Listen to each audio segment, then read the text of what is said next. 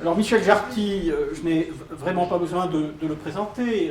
Vous connaissez ses travaux monumentaux sur la poésie, notamment de Paul Valéry, sur Paul Valéry, et puis l'ensemble de son travail aussi sur l'histoire de la poésie française et aussi sur la morale dans l'écriture. Hein, ça nous rapproche de notre sujet, qui comporte, donc paru aux presses universitaires de France, qui comporte un chapitre important sur Sioran, hein, sur les rapports entre Sioran et la morale.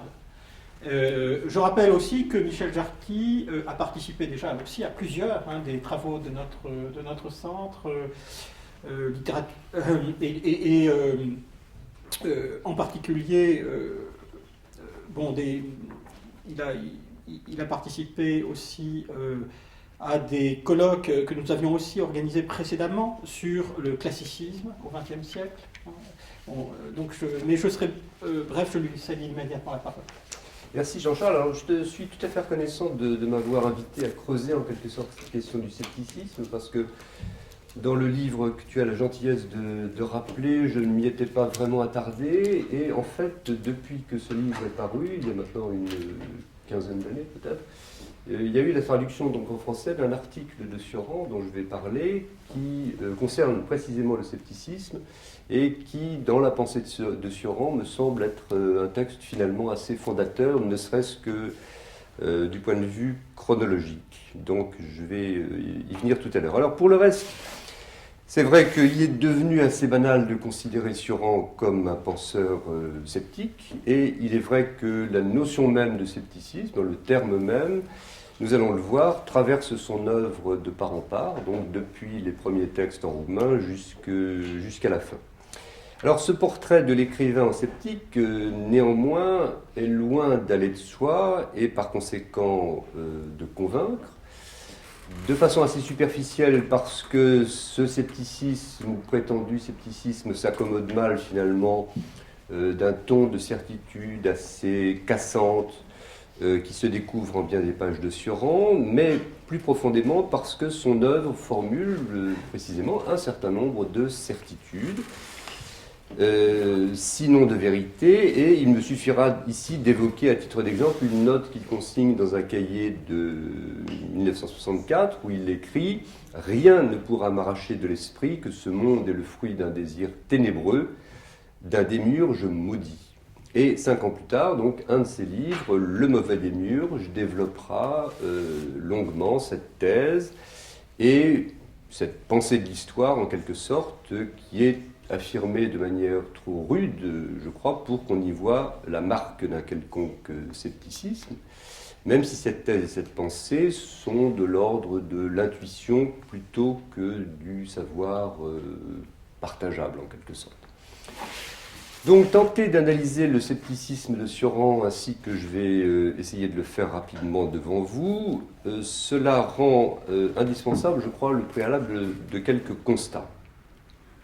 En premier lieu, le terme de scepticisme prend le plus souvent sous sa plume une acception extrêmement large. Le sceptique est bien moins celui qui croit que l'on ne peut atteindre avec certitude à aucune vérité, que celui qui doute, et souvent de manière assez vague, et les deux termes, donc de doute et de scepticisme, sont sous sa plume des mots assez facilement interchangeables.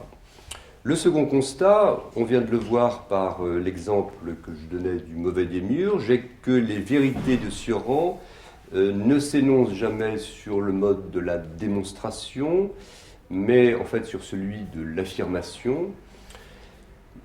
Affirmation que souligne d'ailleurs souvent le resserrement de l'aphorisme ou du fragment, parce que la pensée de Sioran n'est pas une pensée conceptuelle, c'est une pensée qui est étroitement nouée à une manière d'être au monde, à la souffrance en fait d'une relation inapaisée avec ce monde, de telle sorte qu'il s'agit bien plutôt chez lui d'une pensée que je dirais finalement existentielle, celle d'un philosophe hurleur, le mot est de lui, philosophe hurleur, dit-il, dont les idées aboient et n'expliquent rien. Alors, la formule est peut-être excessive, mais elle appartient à l'espace privé des cahiers.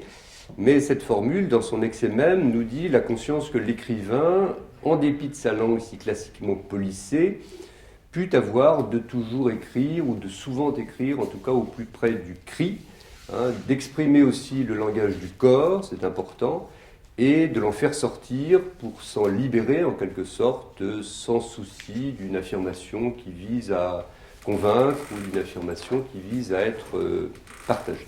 Je crois que ce qu'il est important de noter, c'est que c'est à partir de lui-même que Sioran écrit, et non pas pour son lecteur, qui ne vient qu'après, dans une espèce d'après-coup. Et il peut ainsi affirmer très clairement: nous ne devrions parler que de sensations et de visions, jamais d'idées, car elles n'émanent pas de nos entrailles et ne sont jamais véritablement nôtres. La fonction de l'écriture, du même coup, est bien d'abord d'œuvrer en quelque sorte contre soi-même, contre l'excès de ses propres violences, contre l'excès de ses emportements en quelque sorte, et de se créer différent dans une délivrance momentanée, dans la recherche d'un accommodement qui n'est jamais trouvé avec la vie. Car ce qui se découvre sans doute à l'origine de l'œuvre, c'est la difficulté maintenue à s'établir dans l'acceptation ou le refus de soi-même et du monde, et d'où procède donc la fréquente variation de postulation qui atteste l'indélivrance où il se trouve. Sans relâche, donc, il lui faut tenter de conjurer une sorte de décollement essentiel, décollement très mélancolique d'ailleurs, très profondément mélancolique, je crois, qui lui interdit à la fois d'accepter le monde comme réel et de le penser comme irréel. Donc deux pôles finalement se dessinent, qu'il me semble essentiel de préciser pour cette question du scepticisme. D'un côté, ainsi qu'il l'écrit très clairement dans La tentation d'exister, souffrir est la seule modalité d'acquérir la sensation d'exister, parce que cette souffrance est liée à la conscience de la précarité du monde, d'où ce qu'il appelle son amour morbide de la vie, formule où se découvre bien finalement l'espèce de déséquilibre ou de vertige qui empêche que sa relation à la vie soit celle d'un acquiescement paisible, dont le corps justement trouve l'équivalent dans le silence de la santé. Ce déséquilibre, c'est ainsi un désir d'amour, maladif à la fois par le manque qui s'y affirme et l'impossibilité de le combler. Et puis, c'est le tourment d'une vie vécue dans le maintien d'un impossible accord. Il dit très clairement: personne n'a aimé la vie plus passionnément que moi, et pourtant, j'ai vécu comme si elle n'était pas mon élément naturel. Comme si sa vie présente, par conséquent, ne pouvait être naturellement vécue. Mais s'il est difficile d'accepter le monde comme réel et d'y vivre sans souffrance, un autre pôle en même temps se dessine, qui est donc la pensée de l'irréalité. Et Sioran note dans le Mauvais Démiurge: quand on a compris que rien n'est, que les choses ne méritent même pas le statut d'apparence, on n'a plus besoin d'être sauvé, on est sauvé et malheureux à jamais. Or, précisément, cette possibilité d'être sauvé à jamais, Sioran ne l'a jamais connue, car si la lucidité l'écarte du monde, elle ne l'en éloigne pas suffisamment pour que le dilemme soit vraiment tranché entre le réel et son apparence, et donc jamais ne se fait jour, finalement, la sérénité de croire vraiment que rien n'existe. Lui-même le reconnaît dans son livre suivant, De l'inconvénient d'être né, où il dit: la lucidité n'extirpe pas le désir de vivre, tant s'en faut, elle rend simplement impropre à la vie. Donc dans cette alternative toujours irrésolue entre accord et désaccord, entre assentiment et dissentiment face au monde, on peut certainement voir une forme de scepticisme, puisque de ces deux vérités, si l'on veut, ni l'une ni l'autre n'est jamais vraiment acceptée. Mais un tel scepticisme, on le voit, n'est pas de l'ordre du rationnel, il ne procède encore une fois que d'un certain sentiment de l'existence, en quelque sorte. et de la manière d'éprouver la vie, puisque cette vie, d'une certaine façon, est précisément pour lui une épreuve. C'est donc cette tension capitale qu'il convient de garder présente à l'esprit si l'on cherche à comprendre le scepticisme de Sioran. Et on ne sera donc pas surpris que cette tension apparaisse dès 1933, dans l'article auquel je faisais allusion en commençant. Article fondateur rédigé en roumain, une étrange forme de scepticisme. Donc j'ai repris l'adjectif étrange pour l'intitulé de ma communication, puisque cet adjectif me semble finalement dire les choses au plus près. C'est un article assez intéressant, petite étude de 5 pages seulement, repris donc dans un livre qui a été traduit en 2004 qui s'appelle Solitude et Destin, où il y a uniquement des textes donc, de la période roumaine. Donc, dans ce petit texte de 5 pages, le jeune Sioran de 22 ans commence par congédier, on n'en sera pas surpris, les formes de doute rationnel, et il le fait sur un ton sans appel. Je ne pense pas, dit-il, au doute calculé, au doute méthodique ou à d'autres niaiseries de ce genre. Et donc, la formule est tout à fait catégorique, c'est que le doute qui lui importe, en réalité, procède d'un tout autre point de vue de ce qu'il appelle une antinomie dans les racines de l'être. Formule qui serait finalement assez obscure si Sioran n'avait fait l'aveu beaucoup plus tard, dans une note de ses cahiers, une espèce de faille ou une espèce de fêlure originelle, par quoi, dit-il, quelque chose s'est brisé en moi, très tôt, au moment de son enfance, quelque chose s'est brisé en moi qui détermina le cours de mes pensées et le style d'une vie inaccomplie. Donc c'est bien pourquoi l'antinomie de l'être, dans la rigueur un peu logique d'une dimension ontologique, cette formule peut nous égarer un instant, mais elle s'éclaire, en revanche, je crois, si on la rapporte à cet ancrage existentiel, à cette fêlure originelle. Or, c'est là ce qui caractérise au plus près la pensée de Sioran, qui, à la différence du vrai penseur tragique qui ne désire rien, Sioran ne cesse d'être douloureusement marqué par la question d'un sens et d'une plénitude possible, ainsi que l'atteste sa définition du pessimiste comme victime du sens de la vie. Et ce pessimisme, qui est souvent chez lui d'ailleurs une sorte d'équivalent du scepticisme, tout simplement, ce pessimisme s'effacerait donc s'il ne se posait justement la question du sens. Et c'est pourquoi bien des notes font de son enfance roumaine, dénuée encore de toute lucidité, une sorte de paradis perdu. Dans un cahier de 1957, on peut lire ainsi cet aveu essentiel. Comprendra-t-on jamais le drame d'un homme qui, à aucun moment de sa vie, n'a pu oublier le paradis? J'ai un pied dans le paradis, comme d'autres en ont un dans le tombe. Alors, il y a là sans doute une espèce de déséquilibre fondateur, et l'étrange scepticisme de 1933 se définit précisément par opposition à l'adhésion naïve et spontanée qui maintient comme naturellement les êtres dans le cours de la vie. Or, le doute, au contraire, sépare, ce qui le fait basculer du côté du pessimisme, donc du scepticisme.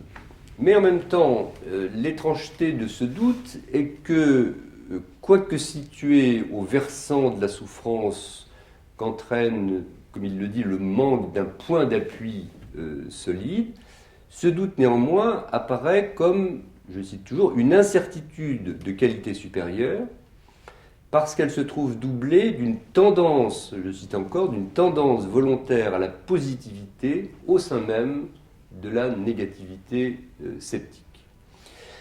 Formule ici encore qui resterait assez obscure si cette coexistence d'une négativité et d'une positivité ne se trouvait explicitée clairement par le fait que, c'est ça qui est intéressant, je crois, le sceptique peut à la fois douter de tout, donc ne croire en rien, et dans le même temps éprouver le désir d'affirmer, de se prononcer, de batailler contre des adversaires, de s'engager politiquement, ce qui sera, comme on sait, le cas de Sioran quand il soutiendra en Roumanie la garde de fer.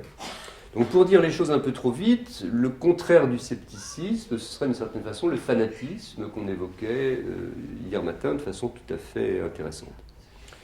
Comme souvent dans son œuvre, une sorte de contradiction semble s'ouvrir, mais elle se trouve en fait levée car les positions prises ainsi par le sceptique, qui tout à coup se décide à ferrailler, s'engage, etc., ces positions ne reposent pas sur la certitude de convictions fortes ou de convictions bien arrêtées.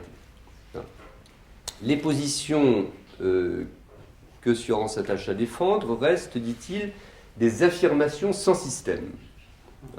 Et il les compare à des explosions, à des incandescences isolées, qui nous renvoient déjà donc à la définition du philosophe hurleur que j'évoquais à l'instant, et qui se formulera bien plus tard.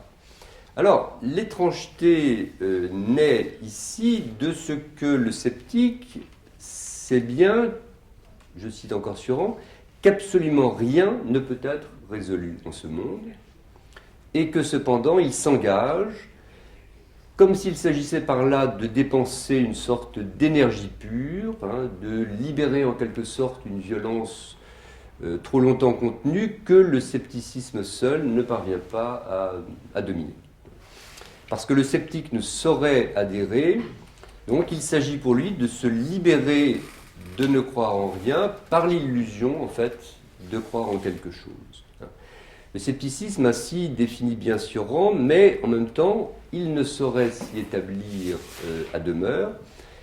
Et ce qu'il appelle une tension vitale, une effervescence organique, le conduit par une sorte de sursaut à réagir contre ce qu'il appelle l'impulsion négatrice présente dans le sentiment du néant. C'est l'infinie tristesse du doute qui appelle en fait une réaction vigoureuse, réaction qui soit une issue euphorique autant qu'énergique, ou j'allais dire énergétique, et l'article de 1933 se referme sur ces lignes interrogatives.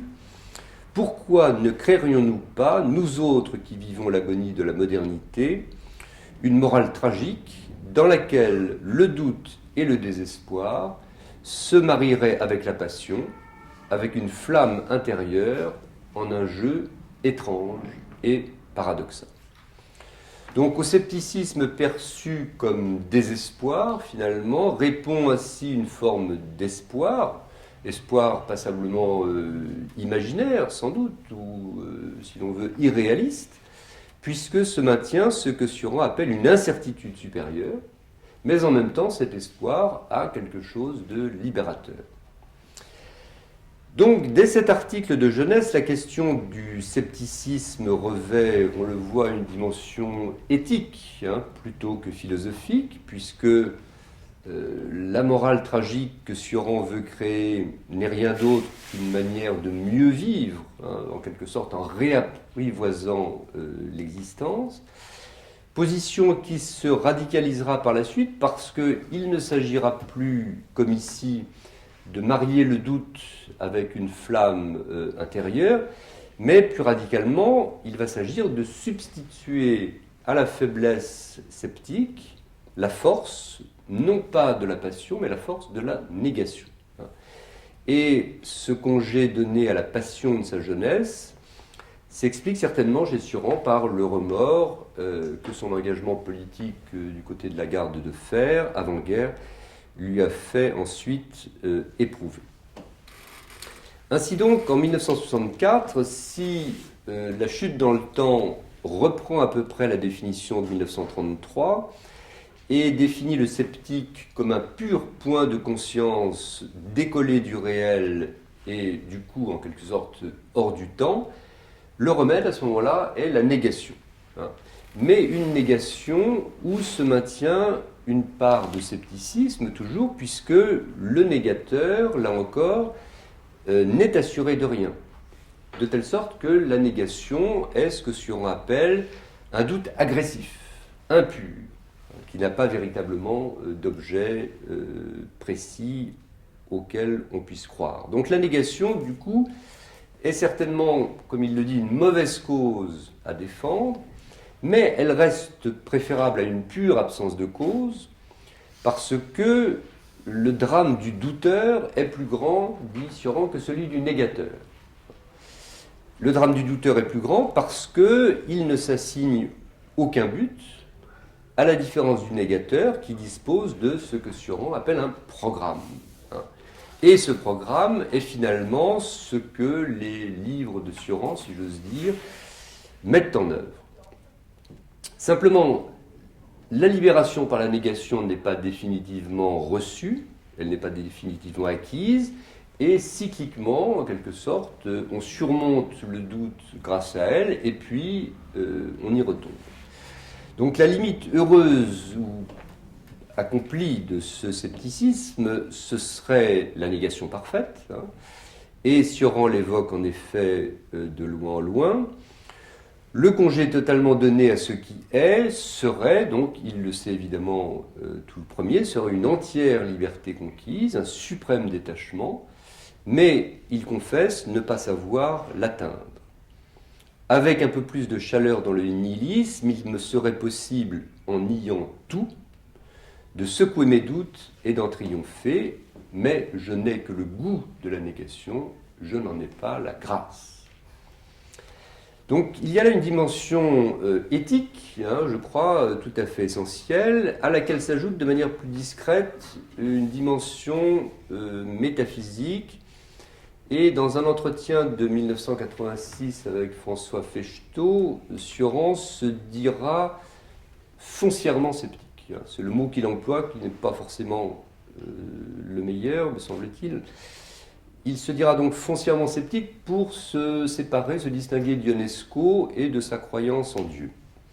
Mais, contrairement à ce qu'il affirme ce jour-là de manière un peu trop radicale, foncièrement sceptique, en réalité, ce scepticisme-là, il lui est arrivé aussi de chercher à en sortir, et une forme de transcendance, d'une certaine façon, traverse son œuvre.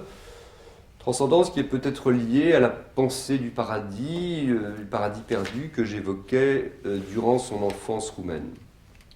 Ainsi qu'il le dit à Fechtot dans cet entretien, elle ne relève pas de la foi, et cette transcendance ne relève pas de la foi et reste de l'ordre de ce que j'appellerais la tension, ou, comme tout à l'heure, le désir, c'est-à-dire désir d'échapper au monde perçu comme une apparence incertaine, et donc désir de se réconcilier avec Dieu, en quelque sorte, et dans le même temps, impossibilité, là encore, de voir ce désir s'accomplir, dans une véritable pensée religieuse qui lui ferait accepter le monde dans ses insuffisances.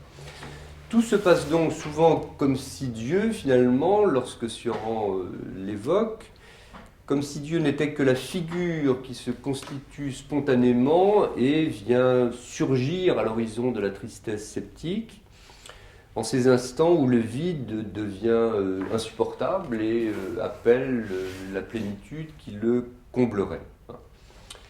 Sioran dit ceci: quant au risque de perdre la raison rien qu'en pensant au fait d'exister, c'est qu'on est alors tout près de faire un saut en Dieu. Un Dieu qui n'est plus à ce moment-là, banalement, que l'hypostase d'un sens qui fait défaut. Dieu est ainsi, en fait, la place de Dieu, dont il importe peu qu'elle soit ou ne soit pas habitée par lui. Alors, ça peut être une place vide ou une place qui n'est pas vide. D'où cette formule oxymorique d'un cahier de 1972, Dieu est même s'il n'est pas. Et c'est toujours donc le même étrange scepticisme qui, refusant une pleine négativité, vient désirer une forme de positivité. Alors la figure de Dieu offre donc dans ce cas une manière de sortie possible, qui s'éclaire encore mieux si on la rapproche du suicide, dont la pensée a traversé l'existence de Sioran sans que jamais il se résolve à en faire autre chose justement qu'une pensée. car la liberté suprême qui s'affirme dans le suicide n'a cessé d'inverser la négation de la vie en une réappropriation finalement positive. On pense à sortir de la vie finalement pour y revenir plus apaisé, et envisager, comme le fait Sioran, le suicide avec suffisamment d'humour pour susciter parfois le sourire de son lecteur n'est pas indifférent. Car si une telle pensée de la mort est une forme privilégiée finalement de la dérision qui libère, c'est précisément qu'elle n'est pas la mort, mais simplement l'idée de sa possibilité. Sioran dit d'ailleurs dans un entretien « Je suis uniquement pour l'utilité de cette idée, du suicide. Il faut même dans les écoles qu'on dise aux élèves « Écoutez, ne soyez pas désespérés, vous pouvez vous tuer quand vous voulez. »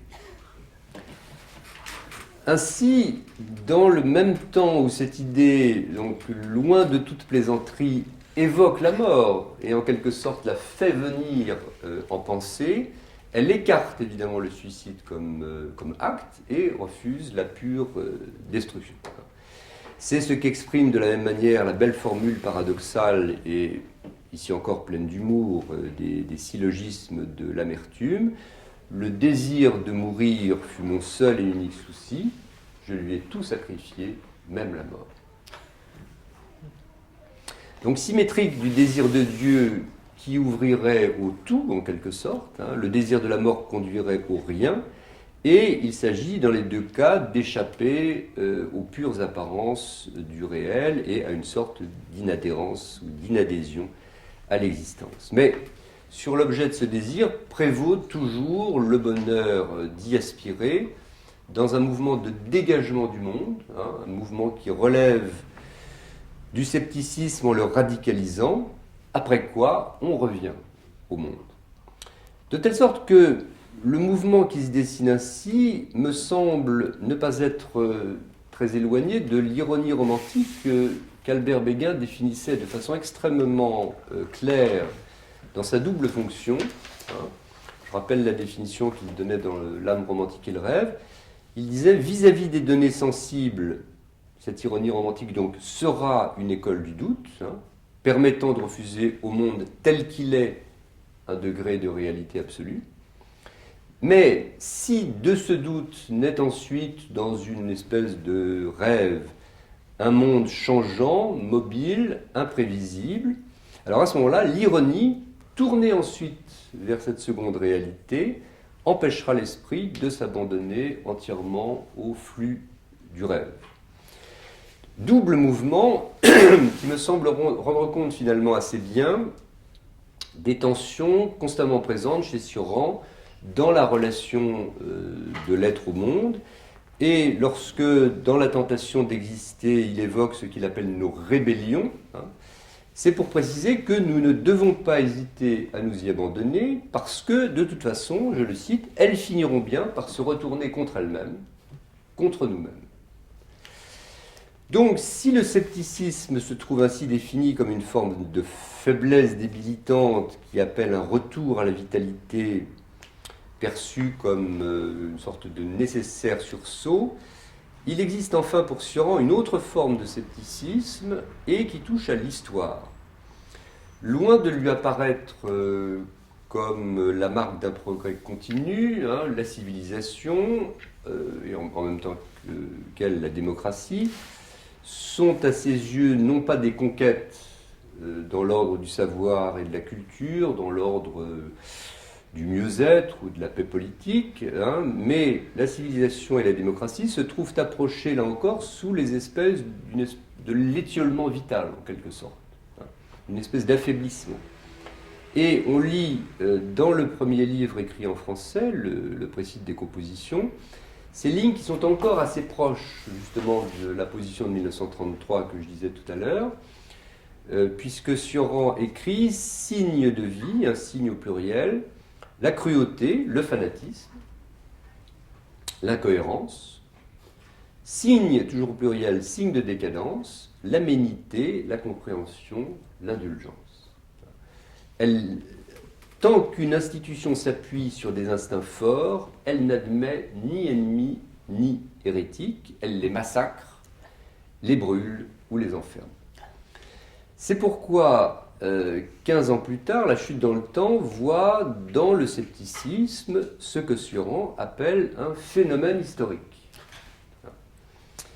Phénomène historique qui apparaît donc lorsque la civilisation s'apaise, ou peut-être s'apaise un peu trop, lorsqu'elle semble s'immobiliser au point de ne plus avoir véritablement de projets, d'avenir, de ne plus avoir d'autre avenir qu'une sorte de léthargie un peu débilitante.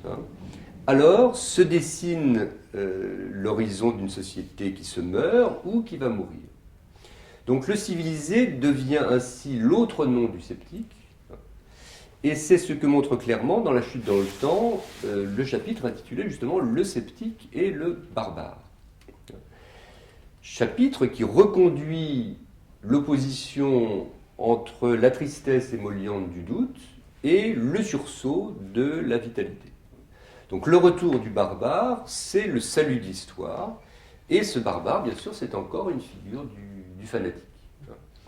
Alors, on peut être surpris de voir cette sorte d'injection à froid, je dirais, du scepticisme dans l'histoire, où finalement on ne l'attendrait pas, mais je crois qu'elle s'éclaire si l'on songe que cette pensée de l'histoire, qui, il faut dire, est assez mythique chez Sioran, cette pensée de l'histoire se trouve largement construite sur le modèle de son existence propre, en quelque sorte.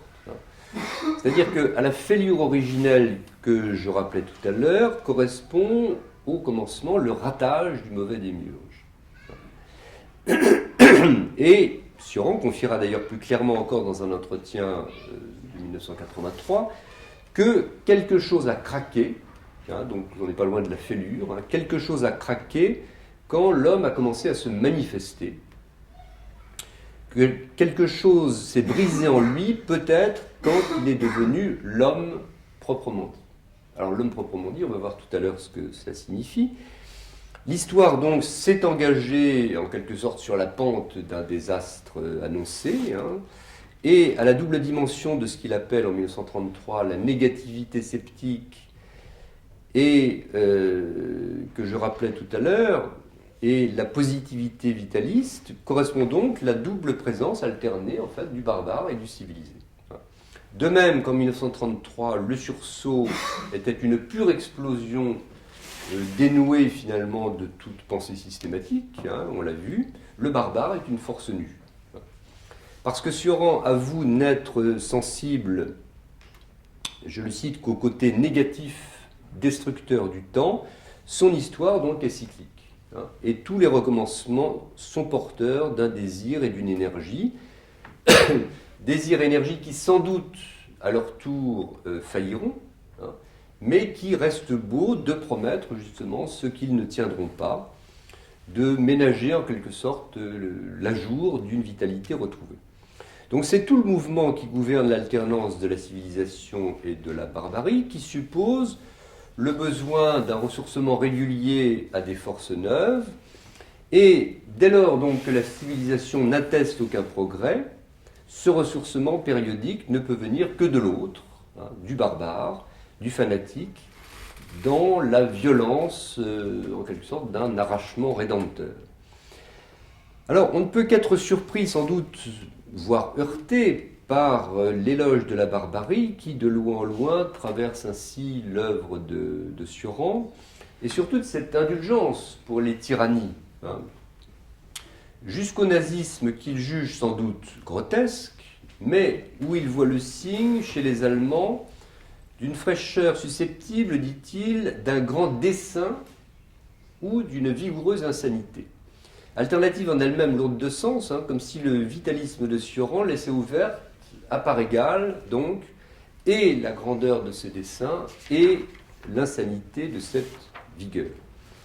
Et si nous retrouvons ici l'étrange scepticisme de 1933 qui appelait donc au sursaut d'un engagement sans système, d'une pure explosion d'énergie, c'est d'une sorte d'esthétique du renouveau que le Sioran de la maturité se réclame dans Histoire et Utopie, pour justifier sa réaction au régime parlementaire roumain d'avant-guerre. Régime qu'il ne jugeait pas à l'aune de ses résultats politiques, mais comme le signe simplement de ce qu'il appelle une humanité exsangue, sans passion ni conviction, inapte à l'absolu, auquel donc il préférait déjà les systèmes adverses, qui lui semblaient, je cite encore, qui lui semblaient beaux, il souligne beaux, sans exception, accordés au mouvement de la vie, avec un V majuscule, ma divinité d'alors. Donc le retour du barbare, ici encore, est cette forme d'espoir qui permet d'accepter le désespoir de l'histoire présente, puisqu'on sait qu'on peut en sortir. Alors, la chute dans le temps paraît en 1964, et à suivre le déroulement chronologique des notes que proposent les cahiers à partir de cette date, c'est dans les mois qui suivent que l'approche de Sioran, assez curieusement, se réoriente. Et à vrai dire, elle fait plus que se réorienter, elle s'inverse véritablement. Alors que le scepticisme, donc, on l'a vu, était jusqu'ici un état de faiblesse en quelque sorte, qu'il fallait surmonter par la positivité vigoureuse de l'action, du sursaut, de la vitalité, le scepticisme devient au contraire maintenant une forme d'apaisement et de délivrance possible. Alors, comment comprendre ce renversement ? On ne peut ici hasarder que des hypothèses, mais tout porte à croire que c'est l'état d'existence de Sioran, ou pour user encore de ce mot qui est le sien, son état organique, en quelque sorte, qui a conduit à ce renversement, si l'on en croit une note de septembre 1966. À chaque moment, j'ai besoin de me dominer, de freiner mes impulsions, de combattre mes indignations auxquelles je ne crois pas, mais qui surgissent de mon sang ou je ne sais d'où. Le scepticisme est un calmant, le plus sûr que j'ai trouvé. Alors ici encore, ces indignations, c'est très intéressant, je trouve, ces indignations ne relèvent pas de la raison, puisque l'affirmation est capitale, il n'y croit pas. De même qu'il ne croyait pas à la cause qu'il défendait dans l'article de 1933. Donc il n'y croit pas. Mais en fait, les valeurs s'inversent. Le scepticisme était une tristesse, il devient maintenant une sagesse. Il était une maladie, il devient un antidote en quelque sorte. Il était une réalité subie et il devient une conquête sur soi. Finalement, il était un état négatif et il devient un état positif. Alors cette philosophie sceptique, puisque la formule se trouve dans les cahiers, cette philosophie sceptique dont il dit qu'il se l'est imposée, s'éclaire au cours de ces années 60 par une concomitante recherche du vide, autre forme bien sûr d'apaisement.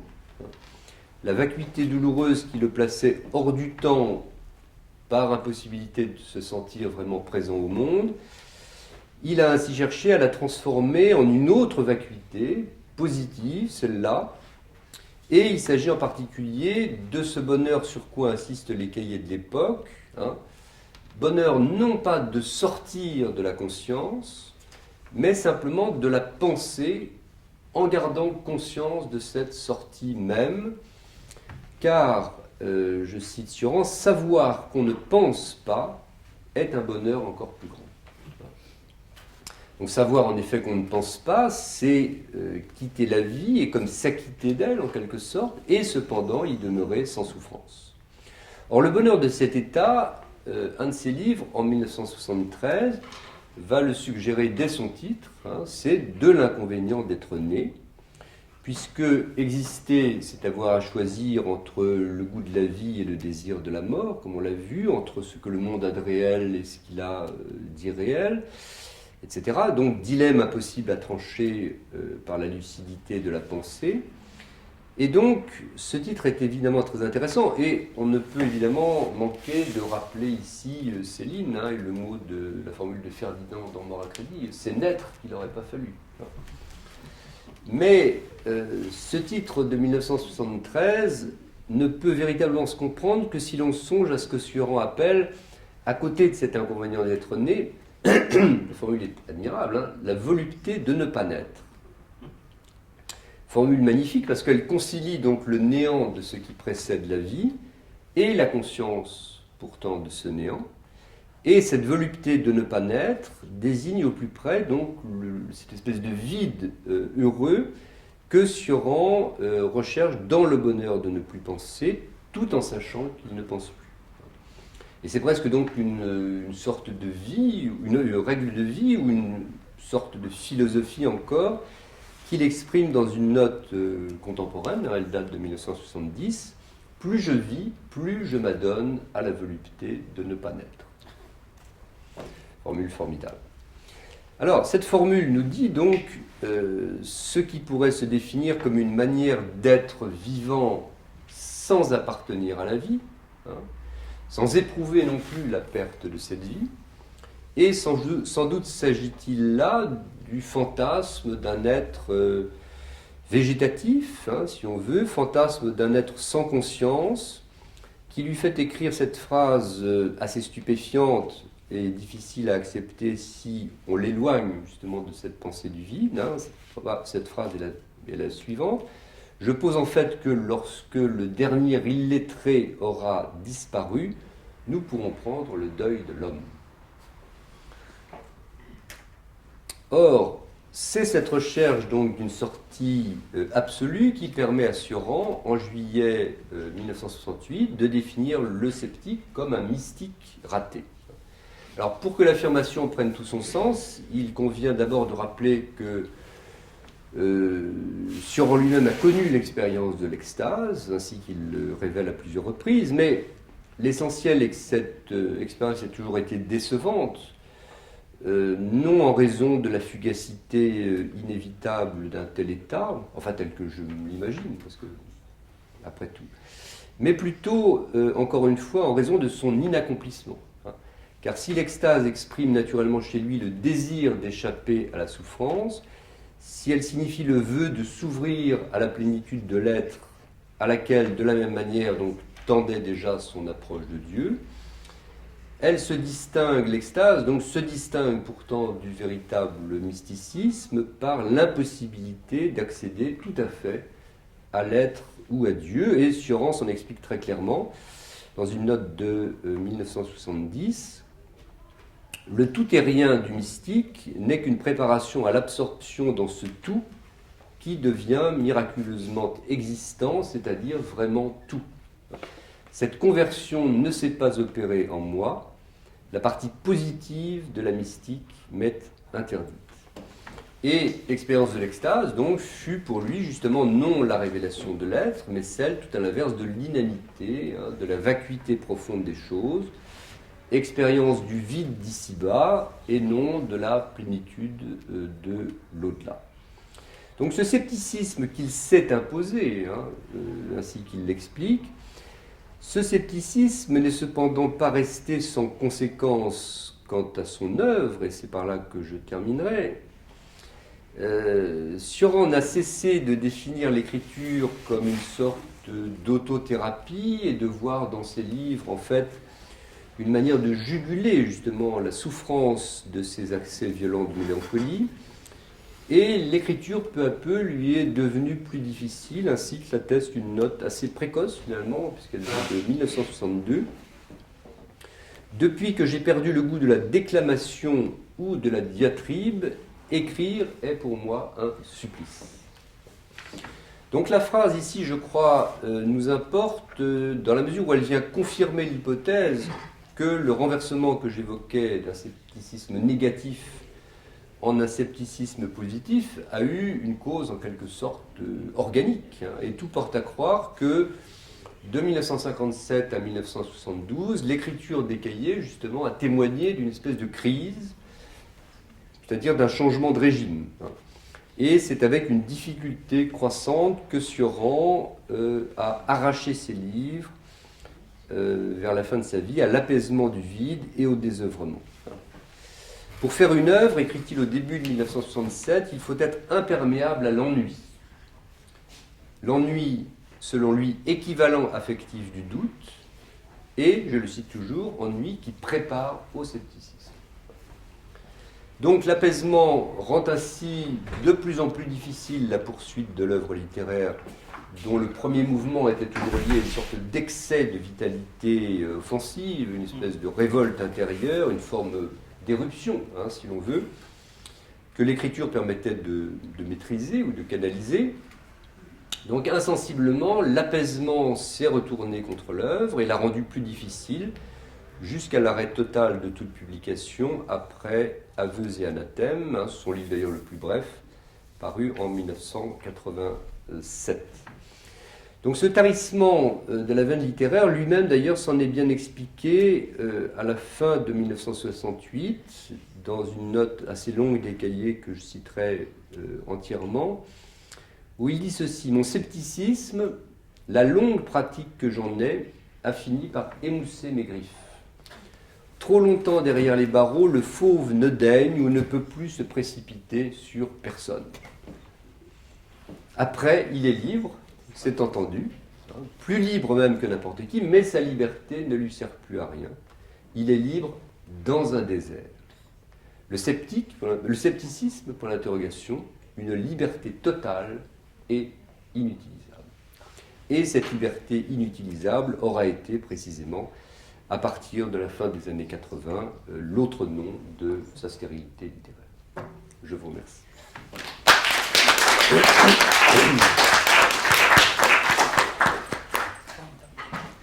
Merci Michel pour ce voyage extrêmement paradoxal, parfois inquiétant, en tout cas qui montre une image peu habituelle des usages du concept même de scepticisme. Mais tu as raison, en même temps, de l'aspect, là encore, essentiellement éthique, beaucoup plus que cognitif, théorique, du scepticisme. Il a au moins gardé ça de ceux qui l'ont précédé, puisqu'il parle très peu de savoir, etc. Bon, il y aurait vraiment beaucoup de choses à dire. J'imagine qu'il y aura des réponses ou des questions répondant un petit peu à ce que tu as suggéré. J'avais une question en ce qui concerne le statut tout de même de la vérité chez Sioran, puisque c'est très curieux.